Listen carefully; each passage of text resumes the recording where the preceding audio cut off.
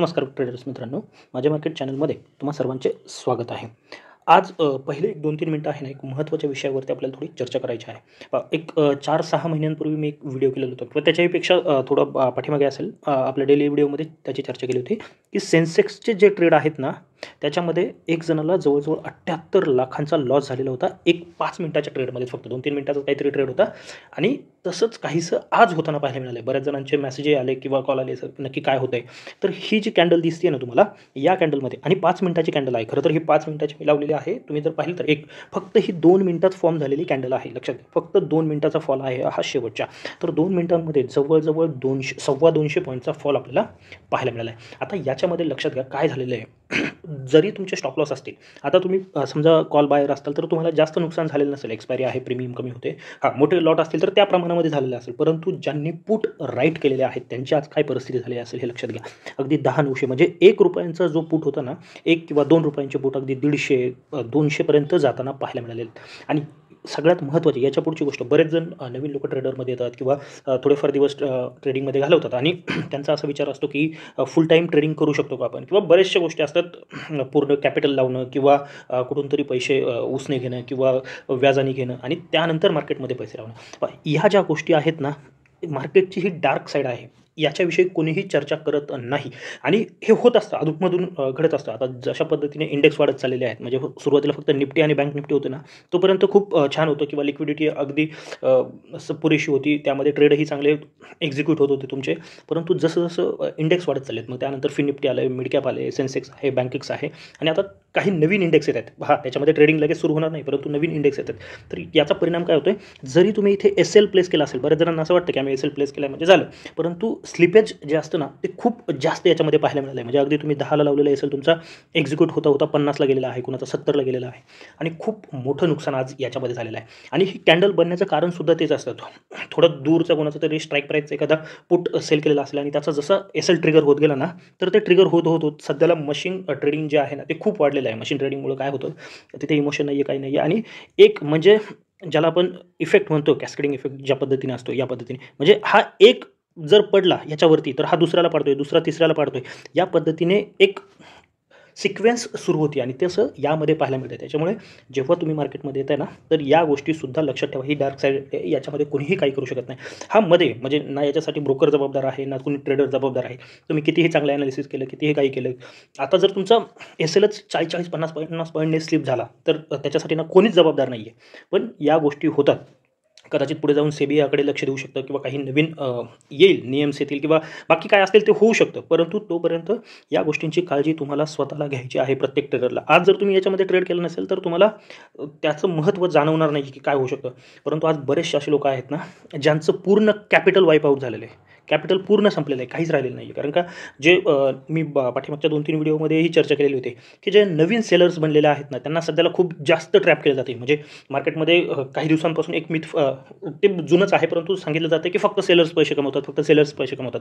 त्याच्यामुळे नवीन लोक जे मार्केटमध्ये येतात ना, थोडे दिवस बाईंगमध्ये ट्राय करतात ऑप्शनमध्ये, आणि जसं त्यांना लॉस होतो ना, ते थोडंफार कॅपिटल जमा करतात. मग ते कोणत्याही पद्धतीने असू द्या, कॅपिटल जमा करतात आणि 1 किंवा 2 लॉटने सेलिंग सुरू करतात, 4 लॉटने सेलिंग सुरू करतात. पण जसा तुम्ही महिनाभर किंवा अगदी वर्षभर कमवलेले जे काही पैसे आहेत ना, एका ट्रेडमध्ये तुमचे गेलेले आहेत. अगदी तुम्ही विचार करा, ₹2 जर 180 ते ₹200 पुट जात असेल, तर त्यामध्ये तुम्ही जर SL लावलेला असेल तर चांगली गोष्ट आहे. नसेल लावला आणि तुम्ही हे जरी वाटत असलं तुम्हाला रिकवर झाले, परंतु तुमचं 80% पर्यंत गेल्यामुळे ब्रोकरने बऱ्याच जणांचे पोझिशन ऑटोमॅटिक स्क्वेअर ऑफ सुद्धा केलेले आहेत आजच्या दिवशी.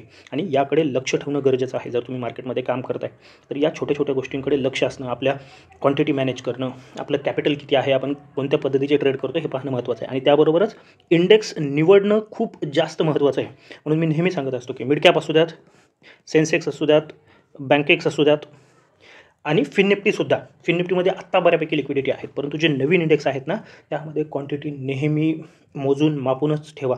कधी काय होईल सांगता येत नाही. आणि खास करून सेलर्सने या गोष्टीचं खूप लक्ष ठेवणं गरजेचं आहे. आणि त्यानंतर पुन्हा रिकवर झालं आणि साईडवेज होऊन मार्केट बंद झालेलं आहे. आता आपण निफ्टी, बँक निफ्टीविषयी चर्चा करूयात. जर ही माहिती तुम्हाला आवडली असेल किंवा अशीच काही दुसरी माहिती हवी असेल तर कमेंटमध्ये नक्की कळवा. आपण त्यासाठी एक सिरीज घेऊन येऊयात. माझाही प्रयत्न आहे की नवीन काहीतरी व्हिडिओ बनवण्याचा. पण जर तुम्हाला ही माहिती आवडत असेल तर नक्की लाईक आणि कमेंटमध्ये अवश्य कळवा किंवा आज तुम्हाला जर याच्यामध्ये काही फटका बसला असेल, लॉस झाला असेल तर तेही कळवा. आता निफ्टीमध्ये काय झालं आहे, काल आपण व्हिडिओ बनवला नव्हता, तुम्ही वीकली ॲनालिसिसचा व्हिडिओ जाऊन पाहू शकता. आणि तो सेन्सेक्सचा व्हिडिओ जर मला सापडला तर मी वरती आय बटनमध्ये त्याची लिंक देतो, तो सुद्धा तुम्ही जाऊन चेक करू शकता. तर आता ज्या पद्धतीचं क्लोजिंग आहे, चांगलं क्लोजिंग आहे, मार्केट बुलिश आहे, सगळ्या गोष्टी चांगल्या आहेत. परंतु ही एक कॅन्डल जशी मिडकॅपमध्ये बनली ना, सगळ्याच इंडेक्समध्ये आहे, परंतु ती कमी अधिक प्रमाणात आहे. इंडेक्स म्हणजे मिडकॅपचा जो एक्सपायरी होती ना, त्यामुळे तिथे जास्त इम्पॅक्टफुल वाटते येते कॅन्डल. जर थोडं मोठ्या टाईम फ्रेमवरती गेलो ना, तर काय लक्षात येते आपल्या, एक फॉर्मेशन ज्याला आपण टेक्निकल फॉर्मेशन म्हणतो, म्हणजे याला तुम्ही राउंडिंग बॉटम कन्सिडर करा किंवा कप अँड हँडल कन्सिडर करा, तर एक चांगला ब्रेकआउट आणि त्याच्यावरती मार्केट बंद होण्यात यशस्वी झालेला आहे. आणि तो जो ब्रेकआउट होता ना, तो आपल्याला कुठे आलेला होता, 22,530च्या आसपास. ही लेवल आपल्यासाठी खूप महत्त्वाची होती, ज्याविषयी आपण चर्चाही केलेली होती याच्या अगोदर. ही लेवल खूप महत्त्वाची आहे. आणि मग जर विचार केला तर हे आपलं टार्गेट असू शकतं. म्हणजे इथून जवळजवळ 600 ते 700 पॉईंट हे निफ्टीसाठी ओपन झालेले आहेत. म्हणजे अगदी 23,100 ते 23,200पर्यंत जाण्यासाठी निफ्टी तयार होत आहे. मग ते लगेच उद्या येईल का? नाही, पण येत्या काही दिवसांमध्ये आपल्याला ते टार्गेट पाहायला मिळू शकतात. आता फक्त महत्त्वाचं हे का सांगितलं, मोठ्या टाईम फ्रेमवरती जी लेवल आता सांगितली ना 22,530, ही लेवल लक्षात ठेवायची.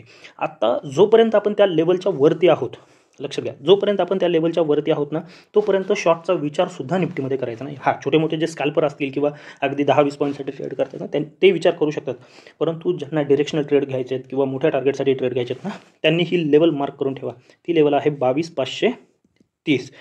जोपर्यंत ही लेवल ब्रेक होत नाही ना, शॉर्ट पोझिशन आपण क्रिएट करणार नाही आहोत निफ्टीवरती.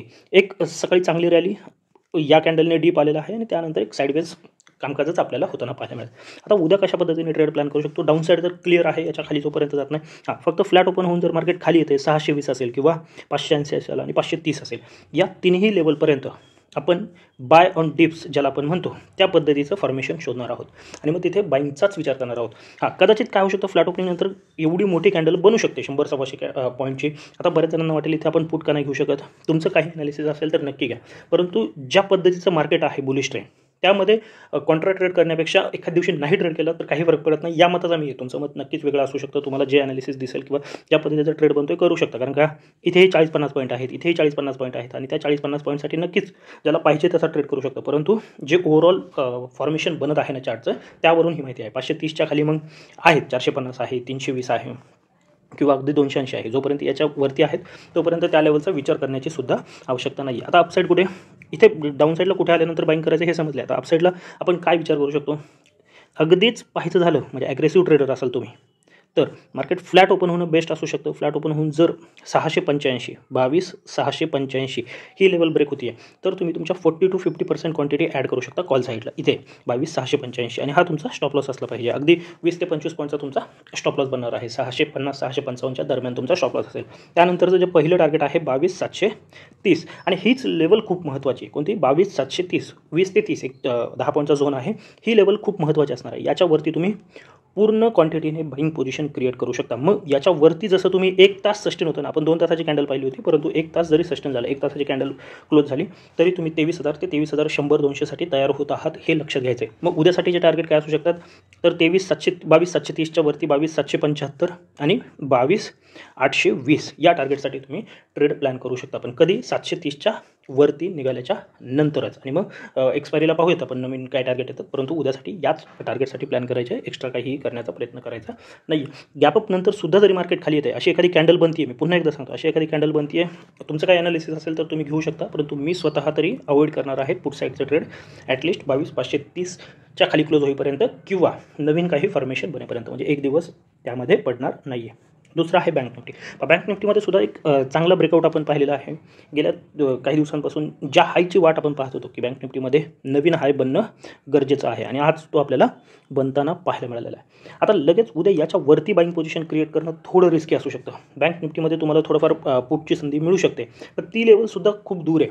तर अगोदर तीच लेवल सांगून ठेवतो, तर 48,250 कोणत्याही कंडिशनमध्ये जोपर्यंत ही लेवल ब्रेक होत नाही ना, तोपर्यंत शॉर्ट पोझिशन आपण बँक निफ्टीमध्ये सुद्धा क्रिएट करणार नाही आहे. आता याच्या खाली खूप मोठा फॉल होऊ शकतो का? तर नाही, फक्त वीकनेस येईल. मग याखाली अगदी 100 पॉईंट 48,150 आहे, 48,000 ही सायकोलॉजिकल लेवल आहे आणि 47,800 या टार्गेटपर्यंत तुम्ही जाऊ शकता जास्तीत जास्त. मग हे टार्गेट आपल्या हाती असले पाहिजेत. कधी 48,250 ब्रेक झालं तर. मध्ये जिथपर्यंत येईल मार्केट कुठूनही एक रिव्हर्सल येऊ शकतं. त्याच्यामुळे बाय ऑन डिप्सची स्ट्रॅटेजी इथपर्यंत वापरणार आहोत. बँक निफ्टीमध्ये जसं आपण या हायला किंवा ही जी ट्रेंड लाईनच्या वरती बाईंगचा विचार केला ना, तसा बँक निफ्टीमध्ये उद्यासाठी ॲटलिस्ट करू नका. हा ॲग्रेसिव्ह ट्रेडर असाल 20-30% क्वांटिटी तुम्ही ॲड करू शकता. अगदी 650च्या वरती पुन्हा एकदा मार्केट निघालं तर. पण जो बेस्ट ट्रेड असणार आहे तो आहे 48,800च्या वरती. हे एक्सप्लेनेशन जसं राउंडिंग बॉटम किंवा कप अँड हँडल ज्याला आपण म्हणतो ते निफ्टीमध्ये सांगितलं ना, तसंच बँक निफ्टी अगदी डेली बेसिसवरती बनताना पाहिलेलं आहे.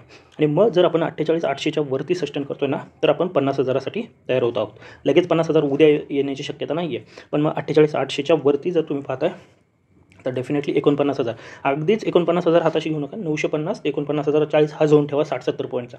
कारण का सायकोलॉजिकल लेवल आहे आणि त्यानंतर मग 49,150 आणि 49,300पर्यंतचा प्रवास आपण अपसाईडला पाहू शकतो. फायनल टार्गेट उद्यासाठी आपण 49,300 घेऊन चालणार आहोत. पण कधी 48,800 ब्रेक झालं तर आणि तरच. आता महत्त्वाचं आहे उद्या ज्याची एक्सपायरी आहे फिन निफ्टी. एक्सपायरीसाठी जास्त काही करण्यापेक्षा एक 15 मिनिटाची कॅन्डल लावतो. अगदी याच लेवल मार्क करा. याच्या बाहेर उद्या काहीही करण्याचा प्रयत्न करायचा नाही आहे. याच्या बाहेर जोपर्यंत मार्केट पडत नाही तर पहिलं जर 15 मिनिट मार्क केलं तुम्ही तर तुमच्या काय लक्षात येतं आहे, मार्केटने आज मार्केटिंग फिन निफ्टीने काहीही केलं नाही. इथे ब्रेकडाऊन झाल्यासारखं दाखवलं आहे, परंतु ट्रॅप करून पुन्हा एसेल हिट. इथे सुद्धा अपसाईड जाईल असं वाटलं, परंतु ट्रॅप करून पुन्हा डाऊन साईडला आणि त्याच्यामध्येच क्लोज झाले. म्हणजे याच लेवल मार्क करा. 21,630 अपसाईडला आणि 21,575 डाऊन साईडला किंवा 70 करा. तर या 60 पॉईंटमध्ये काहीच करायचं नाही. आणि ज्या साईडला तुम्हाला ब्रेकआउट किंवा ब्रेकडाऊन मिळेल ना, त्या साईडचा ट्रेड तुम्ही उद्या एक्सपायरीसाठी प्लॅन करू शकता. याच्या खालीसुद्धा एक चांगला फॉल तुम्हाला इथपर्यंत घेऊन येऊ शकतो, अगदी 425पर्यंत. एवढं मोठं टार्गेट ठेवण्याची गरज नाही आहे. मग तुम्ही 500 आणि 425 2 टार्गेटमध्ये डिवाईड करा किंवा 3 टार्गेटमध्ये. पण याच्या खाली आल्याच्या नंतरच. आणि स्टॉप लॉस स्ट्रिक्ट ठेवायचा आहे, कारण का एक्सपायरीला सध्याला खूप मोठी मुवमेंट आपल्याला पाहायला मिळते आणि ती 1-2 कॅन्डलमध्येच होती आणि मार्केट पुन्हा साईडकडे जाते. याच्यावरती सुद्धा 150 ते 200 पॉईंटचं टार्गेट तुम्ही ठेवू शकता. जर 630 ब्रेक होते तर मग अगदी 700 आणि 800पर्यंतचं टार्गेट. मग त्यामध्ये 750 आहे आणि 800 आहे. मी राऊंड फिगर सांगतोय. लाईव्ह मार्केटमध्ये तुम्ही ते थोडं प्लस मायनस करू शकता. आणि सगळ्यात महत्त्वाचं जे मिड कॅपच्या विषयी झाले ते कोणत्याही इंडेक्समध्ये सध्याला पाहायला मिळू शकतं. निफ्टी बँक निफ्टीमध्ये शक्यता कमी आहे, परंतु बाकीच्या इंडेक्समध्ये हे पाहायला मिळू शकतं. आणि ते सावध राहा. जर ती माहिती आवडली असेल तर नक्की इतरही तुमच्या मित्रांबरोबर शेअर करा. खास करून जे नवीन मार्केटमध्ये एंटर करत आहेत आणि सेलिंगचा विचार करत आहेत त्यांच्यासाठी तर ते खूप महत्त्वाचं आहे. आणि तुम्हालाही काय वाटतं हे कमेंटमध्ये कळू शकता. तर आजच्यासाठी एवढंच. धन्यवाद. जय हिंद, जय महाराष्ट्र अँड कीप ट्रेडिंग.